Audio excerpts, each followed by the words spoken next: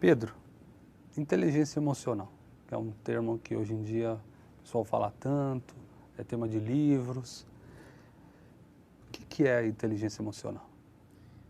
Essa é uma ótima pergunta, porque, como você bem disse, é muito comum hoje em dia as pessoas usarem o termo inteligência emocional. Só que elas muitas vezes usam esse termo sem saber do que elas estão falando.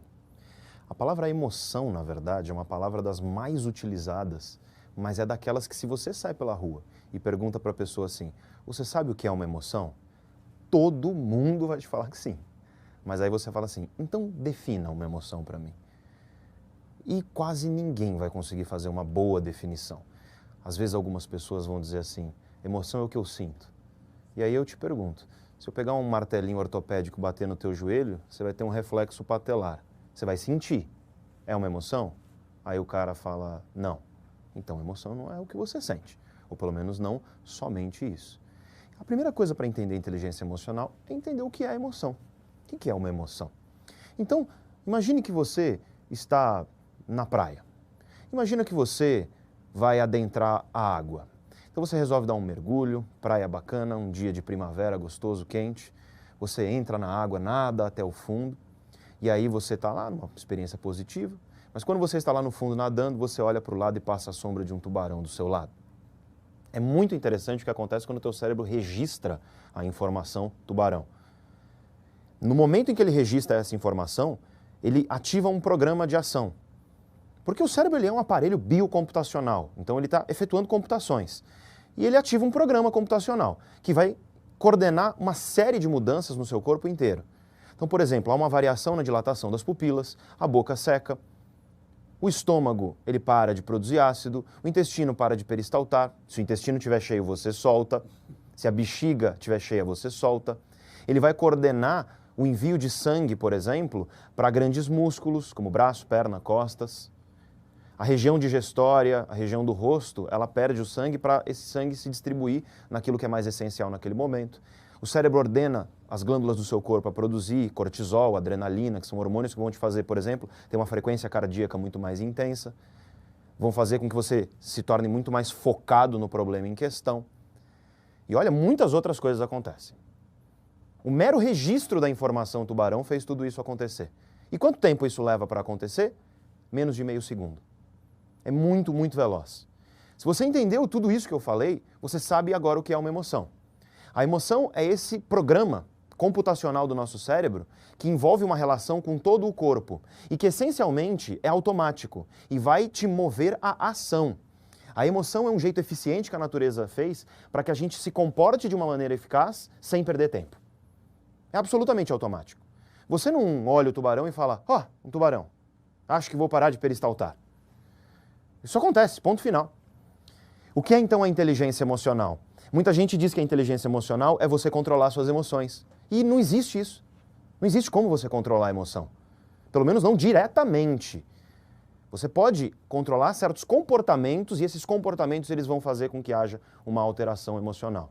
Então, por exemplo, a meditação é sabidamente um jeito de você controlar a sua respiração. E através, por exemplo, existe meditação de vários tipos, né? Um dos tipos é respiração. Você controla a sua respiração e com isso você vai fazer indiretamente alterações que são emocionais. Mas controlar a emoção mesmo, na raiz, é impossível. Nosso cérebro ele não tem essa capacidade. E é por isso que inteligência emocional não é controlar as emoções. Inteligência emocional, na verdade, é você ser capaz, em primeiro lugar, de entender os seus processos emocionais. É a primeira coisa. Porque as pessoas têm perfis emocionais diferentes. Você tem pessoas, por exemplo, que elas têm um perfil mais introvertido. Você tem pessoas que têm um perfil mais extrovertido. Essas tendem a ser características de identidade e personalidade muito difíceis de mudar. Quando você entende, por exemplo, que você tem um certo perfil emocional, você já sabe, por exemplo, qual vai ser o teu estilo de gestão. Você sabe, por exemplo, aquilo que te agrada mais, aquilo que te agrada menos. Suponha uma pessoa que ela é muito agressiva. Então ela naturalmente estoura, ela é explosiva. Ela está numa reunião e ela sente que ela está começando a ficar com raiva. Se essa pessoa ela é emocionalmente inteligente, ela vai ser capaz de identificar aquilo, saber que aquilo vai levá-la em breve a um comportamento prejudicial e, por exemplo, dizer para as pessoas: pessoal, vamos parar por uma hora e daqui a pouco a gente retoma essa conversa. E aí ela vai esfriar a cabeça, e vai retornar para aquela conversa de uma maneira muito mais prudente, de uma maneira muito mais racional. Mas ela só fez isso porque ela teve a capacidade, a inteligência de compreender um processo emocional. A inteligência emocional, em primeiro lugar, portanto, é a compreensão de como as emoções elas ocorrem dentro de nós e dentro das outras pessoas. Em segundo lugar, é a compreensão das melhores formas de você agir mediante essa compreensão. Então, agora que eu entendo como as emoções funcionam, como é que eu faço para agir melhor? A inteligência emocional, portanto, é isso. E ela ajuda a pensar nesse como eu faço para agir melhor também? Ou é apenas na parte de analisar e refletir a respeito disso? Sem sombra de dúvida ajuda. A inteligência emocional é hoje uma das coisas com as quais eu trabalho, processos seletivos de empresa. E dentro dos processos seletivos, cada vez mais você tem as empresas e organizações inserindo avaliações de inteligência emocional. Não basta você entender se o sujeito é inteligente, cognitivamente competente. É óbvio que é importante, mas a inteligência emocional está ligada com a capacidade da pessoa, por exemplo, de se relacionar bem com outros indivíduos. É muito importante você considerar isso na tua equação decisória, porque se você não considera, você está fazendo uma decisão incompleta. Por exemplo, o autocontrole. A gente sabe hoje que o autocontrole, ele não é uma coisa que você consegue fazer da mesma maneira ao longo do dia inteiro. Quanto mais você exerce o seu autocontrole, menos você consegue exercer. É como se o autocontrole ele fosse um recurso que se esgota, ele vai acabando. E aí então você imagina que no começo do dia teu autocontrole é muito grande, chega no final do dia ele é pequeno. Aí você, por exemplo, como gestor, resolve criar uma reunião no final de um dia sobre um tema que é altamente estressante para as pessoas que estão ao redor e você sabe que naquele time você tem, por exemplo, 2 indivíduos que eles são altamente explosivos e você tem outros 2 que eles são altamente sensíveis. Você vai marcar essa reunião, as pessoas vão estar com o seu autocontrole lá em um grau bem pequenininho.